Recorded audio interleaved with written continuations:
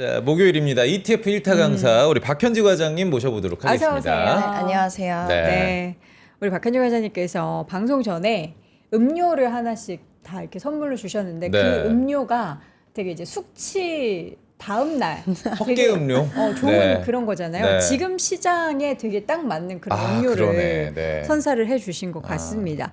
일단 과장님 오늘 하락 지금 낙폭을 좀 줄여간다라고는 하지만 오늘 하락에 대해서 일단 과장님의 생각도 궁금한데 네. 어때요?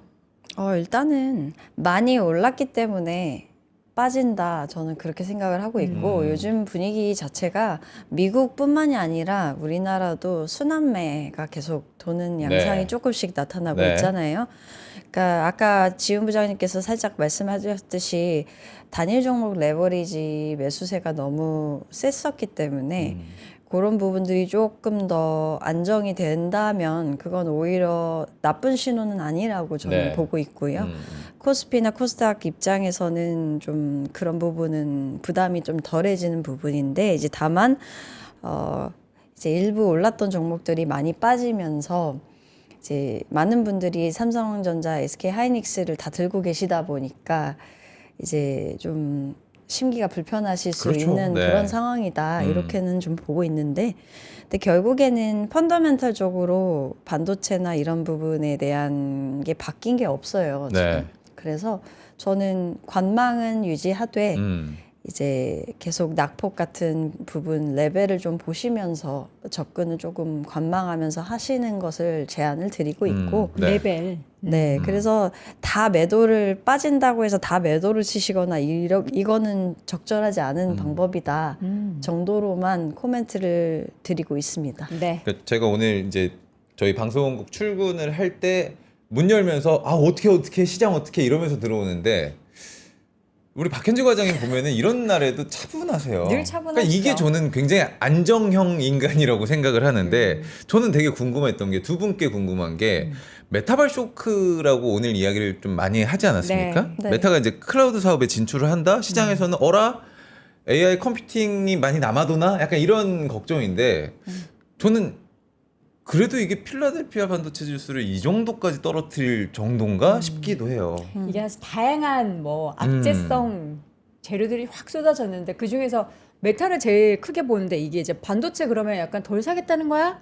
그렇죠. 이런 이제 물음표를 던진 아. 건데 네. 여러 가지 분석 중에서 보면은 오히려 좋은 신호다 이런 얘기도 있더라고요. 우리 박현일 과장님은 뭐 긍정으로 보시는지 아니면은 요거는 조금 기다려봐야 될 것 같다. 그러니까 약간 저는 시장이 핑계를 찾는 그렇죠. 그런 눈빛인가라는 생각도 좀 드는데 어떻게 해석을 해야 될까요? 일단은 메타가 이 얘기를 오늘 처음 끄는 게 아니에요. 맞아요. 그 전에도 이미 얘기했었는데 맞아요. 그때는 장이 이렇게까지 반응을 하지 않았어요. 그렇죠. 근데 갑자기 이 소식이 들려오니까 이제 이렇게 빠졌다라는 거는 저는 이 메타발 이슈로 인해서 우려로 매도를 했다기보다는 네.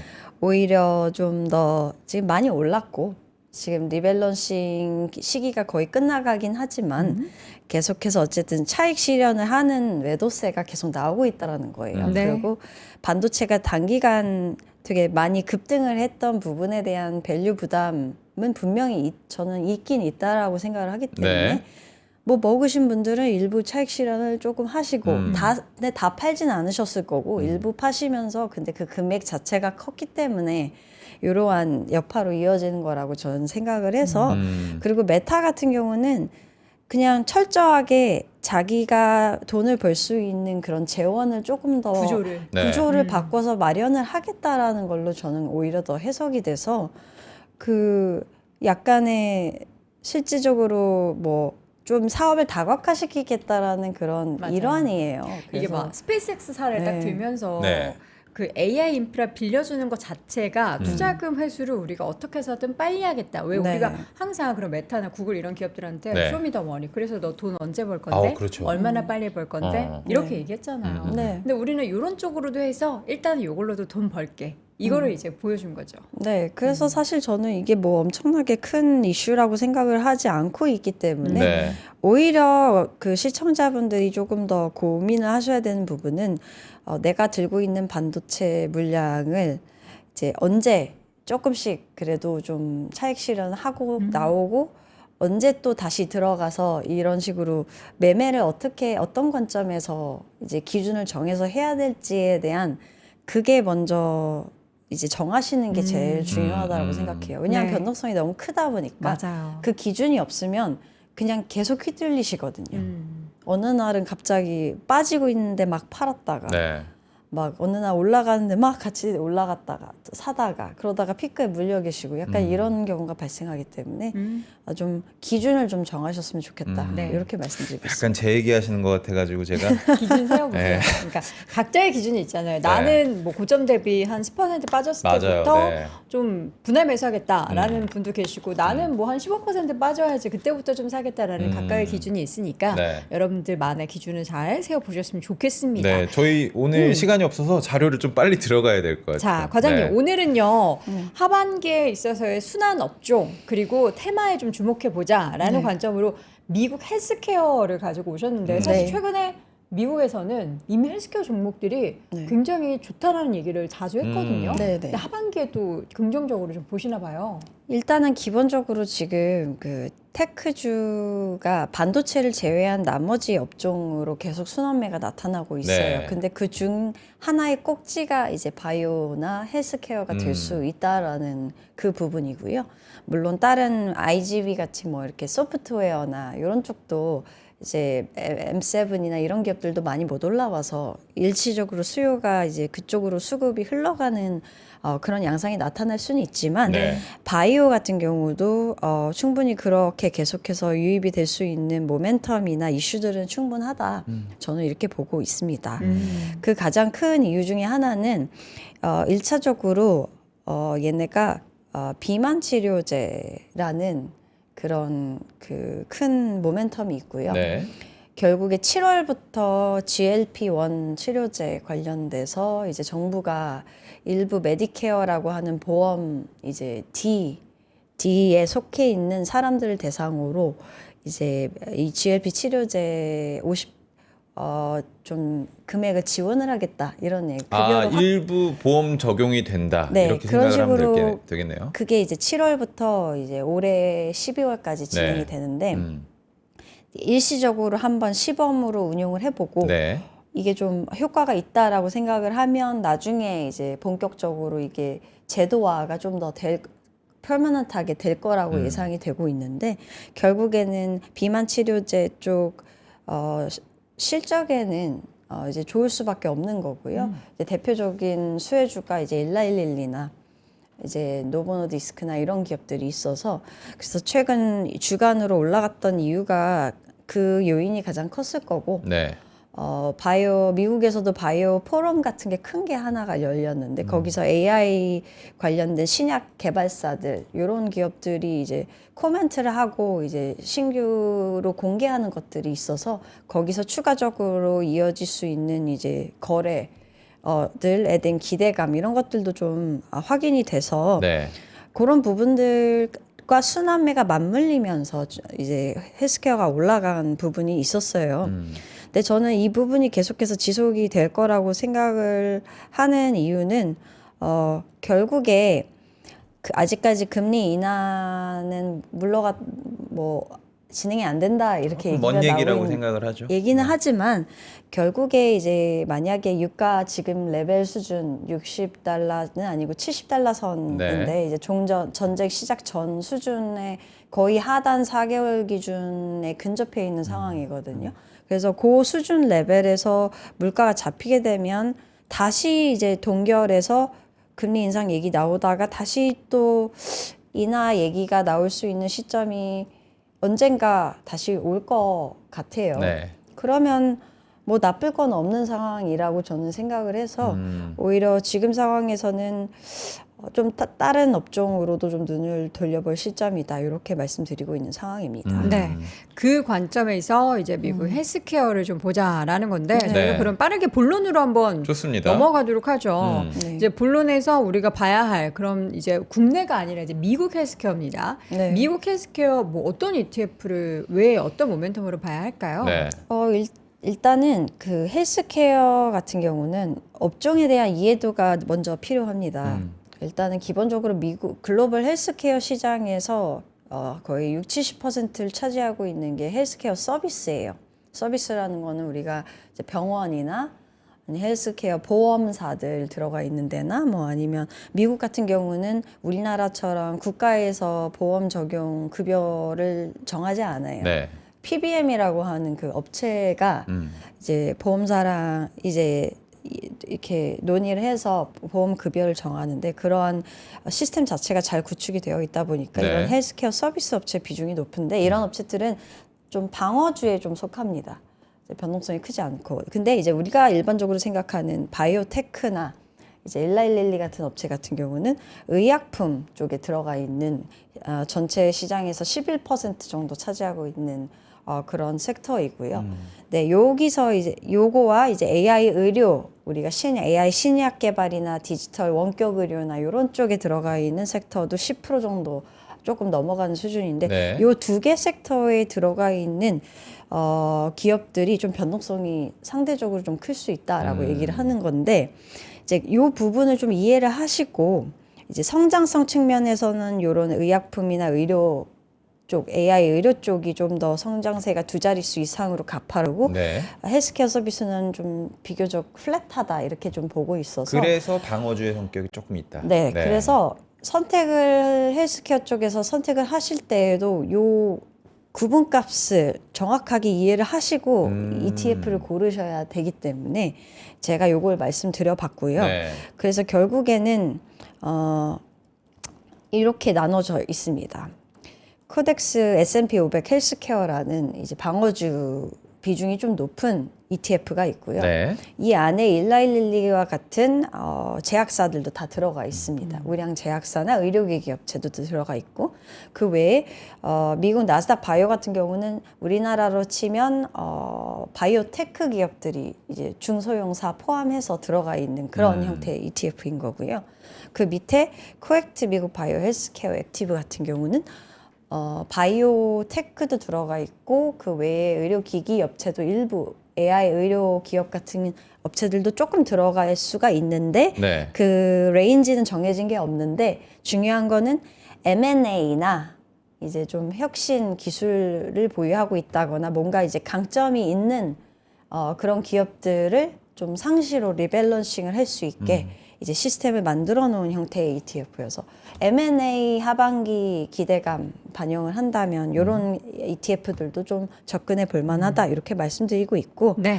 그리고 마지막으로 원큐 미국 메디컬 AI 같은 ETF는 아까 말씀드렸던 디지털 헬스나 AI 의료 쪽 관련된 기업들이 유전체 분석이나 이런 기업들이 좀 많이 들어가 있어서 네. 이 친구는 가장 공격적인 형태의 ETF입니다. 근데 결국 중요한 거는 우리가 지금 현 시점에서 그러면 어떤 ETF를 사서 들고 가야 그렇죠. 네. 될까잖아요. 네. 네. 근데 이제 단기적으로 한두 달 내에 조금 표면적으로 뭔가 더 많이 올라갈 수 있을 만한 모멘텀을 지닌 ETF는 결국 바이오 의약품 비중을 어느 정도 들고 가는 비만약 치료제 기업이나 이런 네. 기업을 포함하고 있는 그런 형태의 ETF가 조금 더 들고 가기 무난할 것 같고요. 근데 장기적으로는 좀 더 중장기적으로는 M&A 쪽 타깃하고 있는 코액트나 아니면 좀 더 원큐 미국 메디컬 AI 같은 경우는 장기 관점에서 모아간다는 그런 어프로치로 좀 접근을 하시는 게 좋다 이렇게 말씀드리고 있어요. 근데 네. 결국에 바이오 헬스케어, 바이오테크 시장이 좋을 수밖에 없다라고 얘기를 하는 가장 큰 이유 중에 하나는 결국에 지금 2025년도 지난해부터 시작해서 2030년도까지 바이오 이 의약품 블록버스터급 의약품이라고 하는 것들의 특허, 약물 특허가 만료가 되는 기간이 계속 이어집니다. 그게 한 200여 개의 블록버스터급 의약품들의 특허가 만료가 될 예정이에요. 순차적으로 이게 약 환산했을 때는 4천억 달러 정도 수준의 매출에 해당하는 규모라고 하니까 네. 근데 이제 그게 이제 만료가 된다라는 거는 신규 의약품들 파이프라인을 계속 보강을 하고 의약품들이 만들어져야 되고 그리고 바이오시밀러와 같은 이제 복제약들도 계속 나와야 된다라는 걸 의미해요. 네. 근데 이 덩치가 큰 제약사들 같은 경우는 파이프라인을 보강을 한 경우들도 있지만 이제 사실 신약 개발 기간 자체가 이렇게 길게는 20-30년까지도 걸리고 실질적으로 전임상 단계부터 이제 3상, 4상까지 갈 때까지 이게 모두 다 통과를 하는 게 아니거든요. 그렇기 때문에 너무 힘들고 비용도 많이 들어가서 주로 M&A를 통해서 기업 약물을 이제 일부 이제 기술 이전을 해서 약물을 가지고 오는 케이스들이나 M&A를 통해서 이제 사실 보강하는 경우들이 더 많아요. 네. 근데 그런 부분들이 이제 상반기 내지 하반기 계속 이루어질 것이라는 게 이제 핵심 포인트이고요. 실제적으로 이 M&A 건수를 보면 올해 상반기 이제 이 약물 쪽 바이오테크 관련된 M&A 비중 이 건수가 지난해 그 건수 대비해서도 더 높아진 상황이에요. 네. 그리고 올해 연간으로 환산했을 때 다 이제 코로나가 아니라 2018년도 최대치를 찍었던 그 시점 수준에 조금 근접한 수준까지도 갈 수 있다라는 얘기가 나오고 있어서 그 약간 한 2,500억 뭐 좀 안 되는 수준 정도 이제 예측이 되고 있는 상황이어서 금액적으로 봤을 네. 때 그래서 저는 오히려 M&A에 대한 기대감까지 반영을 했을 때는 계속해서 이런 바이오 쪽으로 눈을 돌려서 조금 일부 비중을 가져가시는 것도 미국 쪽 같은 경우는 괜찮겠다 이런 생각이 들더라고요. 네. 그래서 국내 바이오는 솔직히 잘 모르겠어요. 근데 그러니까 성격이 많이 달라요. 미국과. 성격이 많이 예. 다르고 근데 확실한 거는 미국 바이오나 헬스케어 쪽에서 좋아지는 부분들이 분명 확인이 되면 이게 다 국내로까지 연결이 된다라는 거는 확실하기 때문에 네. 조금 지금 굳이 접근 안 하고 좀 기다리셨다가 미국부터 확인하시고 조금씩 들어가시는 것도 괜찮겠다라는 생각이 들긴 해서 그런 관점에서는 이런 4개 정도 ETF를 좀 보시면 좋겠다 이렇게 말씀드려봤는데 네. 사실 고객 성향별로 이제 어떻게 매수를 하셔서 어떤 비중으로 가져가셔야 되는가 이 부분이 좀 많이 다를 것 같아요. 네, 그러네요. 맞습니다. 네. 그래서 좀 설명을 해보면 코덱스 미국 S&P 500 헬스케어 같은 경우는 아까 방어주나 서비스 쪽 관련된 의료기기 쪽 관련된 기업 비중도 좀 높아요. 그리고 대형 제약사인 일라일리 비중도 어느 정도 가져가고 있어서 좀 가장 매수하기에 보수적이신 분들도 이제 매수하기에 무난한 형태의 안정형 상품이라고 좀 보여지고요. 네. 그래서 이런 분들은 그냥 요거 하나 사셔도 저는 지금 단기적으로 한 1-2개월 내도 무난할 것 같아요.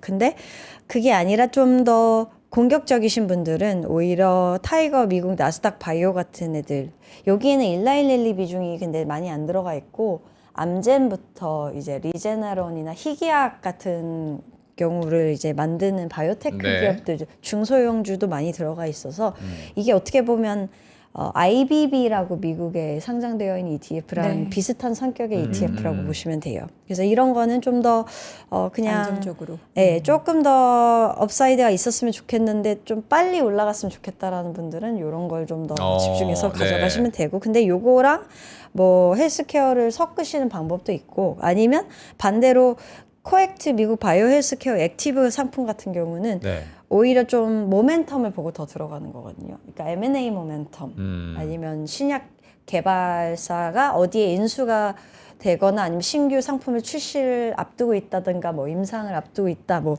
이런 것에 대한 기대감으로 사실 그 이벤트를 노리고 들어갈 수 있는 ETF이기 때문에 네. 이런 거랑 미국 나스닥 바이오를 같이 이제 섞었을 때 조금 더 이렇게 탄력적으로 시장에 대응할 수 있는 부분들은 있겠다 이렇게 보고 있어요. 왜냐하면 코액트 미국 바이오 헬스케어 액티브에 일라일리도 운용력이 넣을 수도 있어요.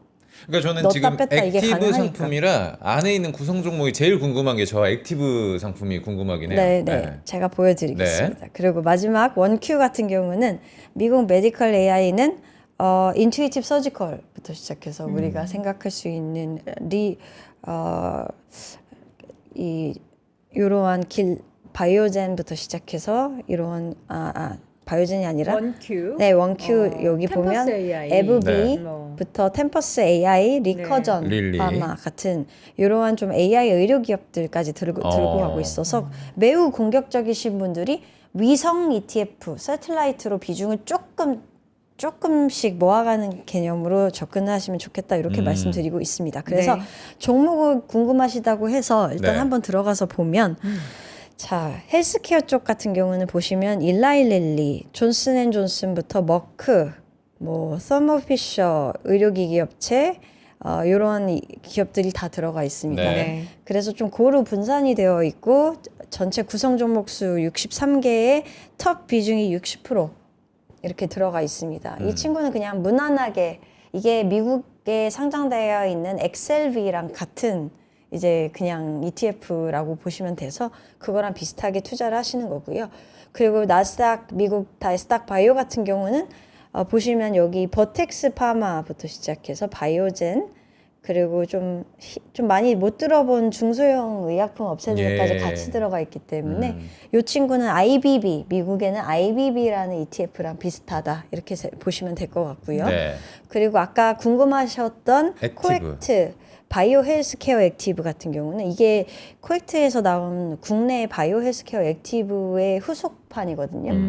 근데 그 운용 방식을 미국에 적용을 해서 갖고 온 네. ETF인데 이 ETF 같은 경우는 이제 보시면 암젠부터 시작해서 이런 버텍스 미국 나스닥 바이오랑 비슷하면서도 좀 다른 밑에 모더나가 들어가 있죠. 모더나 있네요. 네. 네, 모더나부터 시작해서 이런 기업들이 들어가 있어서 조금 더 이제 좀 믹스가 된 느낌이다. 이렇게 좀 보실 수 있겠고요. 나테라 같은 경우는 의료 장비, AI 의료 기업이거든요. 이런 기업들까지 같이 들어가 있어서 조금 믹스되어 있다. 이렇게 보실 수 있고. 네. 근데 저는 원큐 메디컬 AI라는 ETF가 상당히 눈에 가더라고요.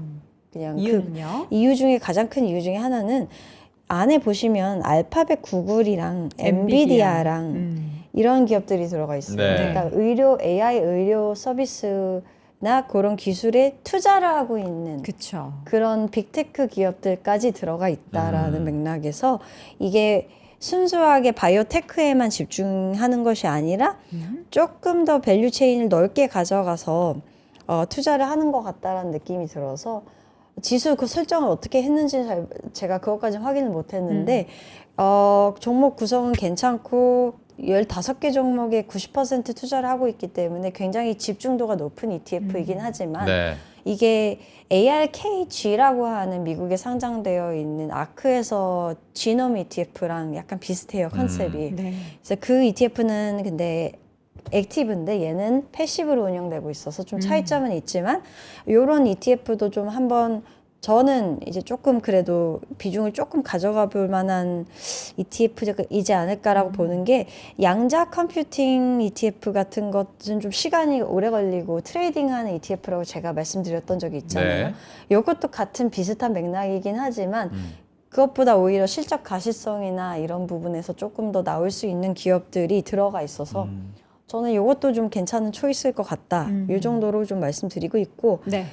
마지막에 사실 제가 여기 리스트에 안 들어가 있는 맞아요. 네. 기업이 하나 있어요. 5개야. 네. 네, 5개인데 제가 항상 하나씩 더 추가를 해서 말씀드리는데 그게 히든 카드인가 싶기도 하고요. 깍두기? 네.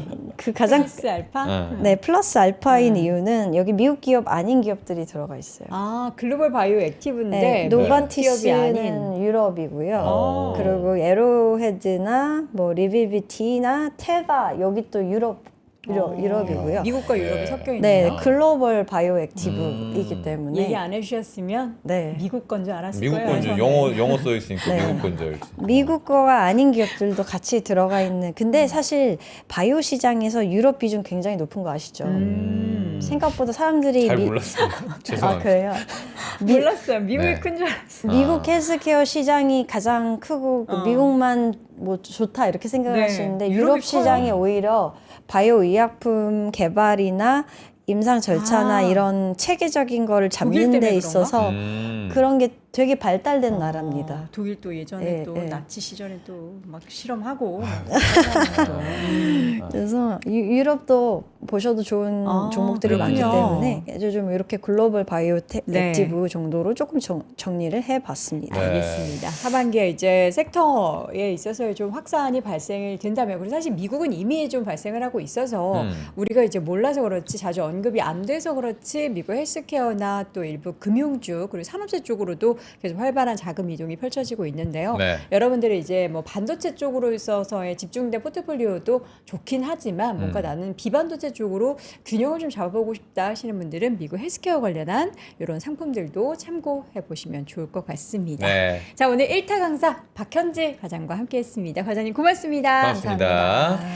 시장을 사실 봐야 되는데 볼 필요가 없는 게 우리 댓글창이 저희 방송할 때보다 훨씬 더 온기가 따뜻해졌습니다. 이제 조금 괜찮아졌어요? 네, 아, 여러분 따뜻해졌어요.